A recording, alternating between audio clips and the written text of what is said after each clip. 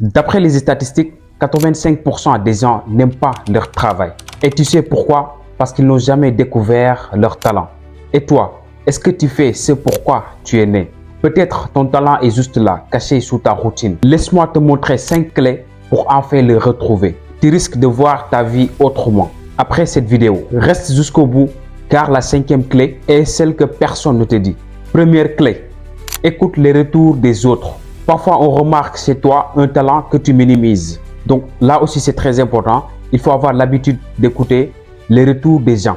Parfois, tu fais certaines choses. Après, c'est les gens qui vont venir pour te féliciter ou pour te dire, là, tu sais bien faire la chose. Exemple, si on prend l'exemple de la prise de parole en public. Il y a certains gens, ils n'ont pas conscience qu'ils sont forts en art oratoire. Donc, après une prise de parole en public, donc tous tes amis ou bien tes collègues vont venir pour te dire, tu communiques bien. Voilà, tu t'exprimes bien. Et là, c'est très important. Ça veut dire que peut-être c'est ton talent. Donc, à chaque fois, si tu remarques à chaque fois, les gens te font un retour sur un point, que ce soit en football, les gens te disent toujours que tu joues bien, que ce soit en art oratoire ou bien la prise de parole en public. À chaque fois, les gens te complimentent en disant que tu t'exprimes bien. Voilà, tu maîtrises l'art oratoire. Là, ça veut dire que peut-être c'est ton talent. Donc, il faut avoir ce qu'on appelle l'écoute active. C'est très important, ça va beaucoup t'aider. Donc, écoutez tes amis, tes collègues ou bien les gens avec qui que tu travailles ensemble. Donc, écoutez le retour. Là, ça va t'aider à savoir quel est ton talent. Donc, si à chaque fois les gens te complimentent ou bien ils te font un retour sur un point, là, ça veut dire que peut-être c'est ton talent. Donc, il faut prêter attention. Et pour cela, il faut avoir de l'écoute active. Il faut toujours avoir de l'écoute active. Là, ça va beaucoup t'aider. Voilà, moi, c'est parfois quand je fais la prise de parole en public, certains de mes collègues, donc, ils me complimentent sur ça. Il me dit que toi tu t'exprimes bien, etc. Donc c'est par la suite que j'ai dit peut-être l'art oratoire c'est quelque chose qui est fait pour moi. Et là j'ai dû travailler sur ça et ça m'a beaucoup aidé. Même avec la création de contenu, c'est pas facile. Mais quand j'ai commencé à travailler mon art oratoire et petit à petit je vois un peu les résultats. Et peut-être c'est ton cas aussi, que ce soit dans le football, voilà, que ce soit en entrepreneuriat, que ce soit, ça c'est juste des exemples. Mais toi-même il faut avoir cette écoute active, fais aussi le constant. Donc tu sauras vraiment c'est pourquoi on te complimente. Et tu pourras trouver vraiment ton talent. C'est très important. Deuxième clé, observe ce que tu fais sans effort. Il y a des choses que tu fais naturellement, sans pression, sans stress. Et tu peux prendre des heures à faire, à pratiquer cette chose-là. Exemple, on peut prendre l'exemple de l'écriture. Il y a des gens qui aiment écrire.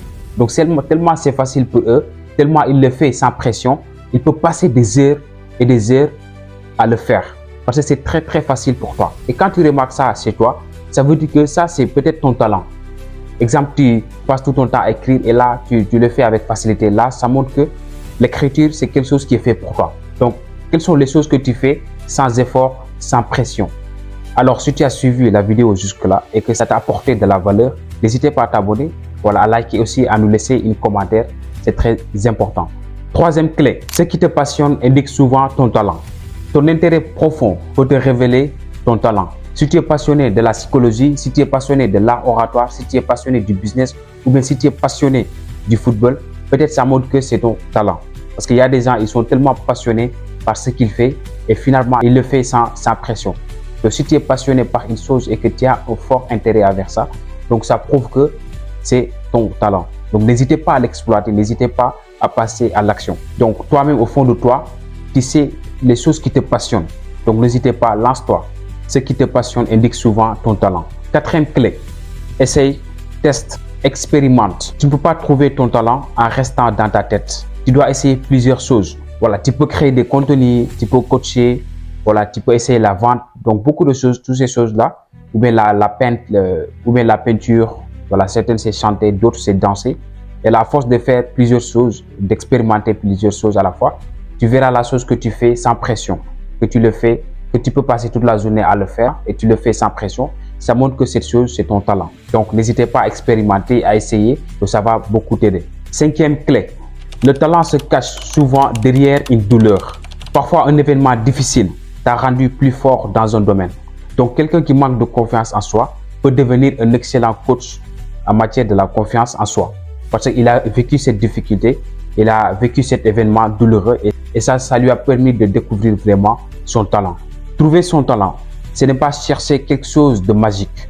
C'est observer, écouter, tester, recommencer, tomber jusqu'à le déclic. Alors, si tu veux aller plus loin, abonne-toi, like et commente. Alors n'hésitez pas à le mettre en commentaire si tu as déjà trouvé ton talent.